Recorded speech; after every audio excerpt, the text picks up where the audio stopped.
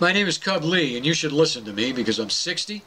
My dreams of being a rock star are dead, and my feet don't smell that great either.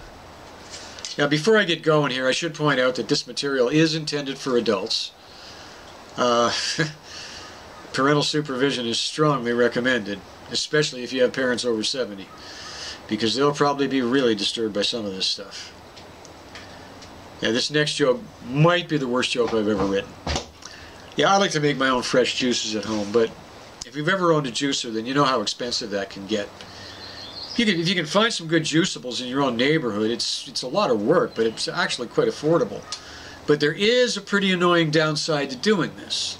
Eventually the neighbors are going to want to know where all their cats went, which I know is a terrible joke. And I can pretty much explain why my life is so difficult in just one sentence. I had to explain to my neighbors that it was a joke. I mean, seriously. Everybody knows you get so much more juice from dogs. But that's the kind of misunderstanding I've had to deal with all my life. So I'm still single at 60. I still like to go out on dates, but if I'm not in bed by midnight, I'm just going home. And if I'm not in bed by 1 a.m., I'll just sleep wherever I am. But the cops around here just don't seem to like that. They expect you to pull over and turn off your car first. So I never married, and I don't have any kids, at least none that you'd notice. And there's an excellent reason for that. I come from what they call Italian sports car genes. They look great on the lot and really high performance when they're new, but very costly to maintain once there's a few miles on them. And when you see one, you kind of know there's either a sleazeball or a professional narcissist behind the wheel. Definitely not the kind of genes that fit with most people's budgets, so I've never parked in any garage for more than a year or two. And just to give you an example, my last girlfriend and I, we ended up living together for a while, but of course it didn't work out. And they say it's all fun and games until the cops show up, and boy, I sure get the games part. The fun part always seems to get away from me. And after that situation, I know now to have my bags packed before the first cop gets involved. Because the older I get, the more I resent having to make breakfast for them too. I can't believe that gays have it this hard. I got so jealous I even tried dating guys once. Yeah, it was February and I didn't have much else to do. I don't ski anymore. I met one guy, Carl. I knew we had a lot in common. He said you couldn't get laid in a bathhouse, and I thought he was just joking until I talked to one of the regulars at his bathhouse. Then I found out that he was the guy there that the other gays used to say, "Hey, you got a sister?"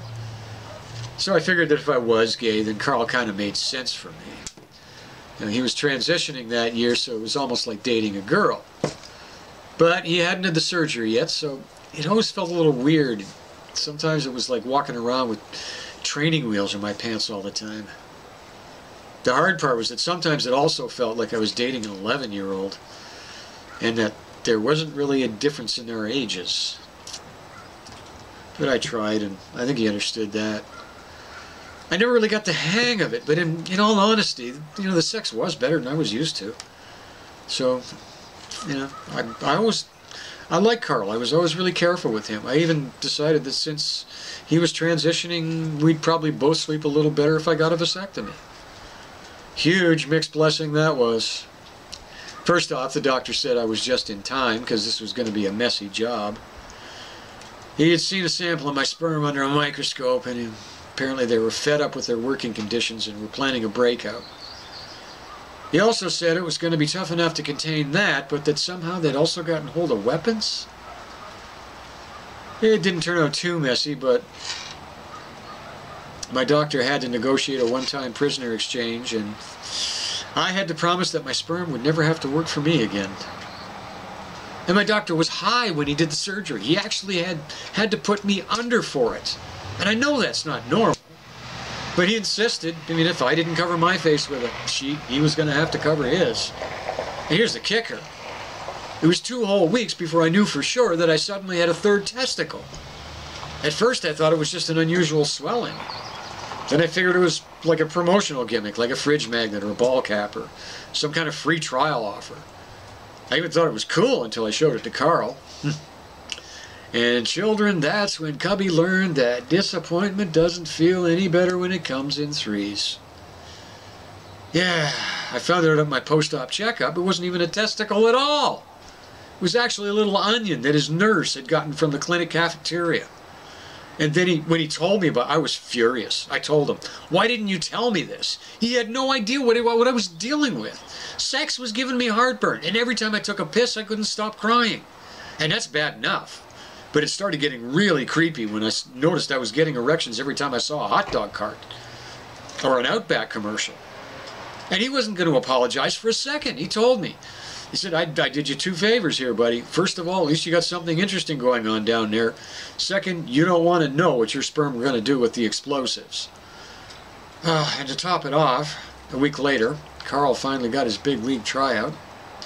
He started dating the sales rep who supplied my vasectomy doctor. I didn't even know Carl had left me until one night when his cousin came in to pinch hit for him. But Carl's cousin sat me down on the bed and he explained that my orgasms for and against ratio was weak at best, and he couldn't count on me in the clinch. He saw me more as a bench replacement than an everyday player. And ladies, I gotta say, if you ever have to dump a guy and you don't want to hurt him, that's how it should be done. So I went back to dating women again. But that didn't go too well either.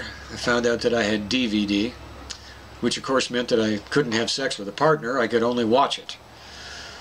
But even watching sex, I couldn't finish. I mean, DVD normally isn't painful, but the longer I went without finishing, the more painful it got. Turns out I had a nasty little variant to DVD. What it meant was that I could only finish if I watched a specific type of sex. Hey, you probably heard about it. It's called Blu-ray balls. It took 2 doctors to get the diagnosis, too. I got fired by the first one. You know how the doctor cups your nads and then tells you to cough, and how just once you want to cup your doctor's balls when they do that, just so they know how you feel about it? Well, the first doctor I saw, it hadn't been a good day, and that just pushed me over the edge, so I went for it. And she didn't get the joke at all. You know, man, this sex stuff just gives me so much grief. Nobody ever taught me about it. It all just feels like so much adult Lego to me. There's a thing, I know at least 5 ways that sex and Lego are the same for me. You know, first, there's never enough of it. Second, things never end up fitting together like they do in the package. Third, the parts I need to finish it right are always the wrong size. And as soon as I start to figure things out, the big kids come along and won't let me play with it anymore. Or, if it's just me and I can't figure out how to finish it, I just get bored and I leave it for the dog to play with. Which you'd think would be the end of it.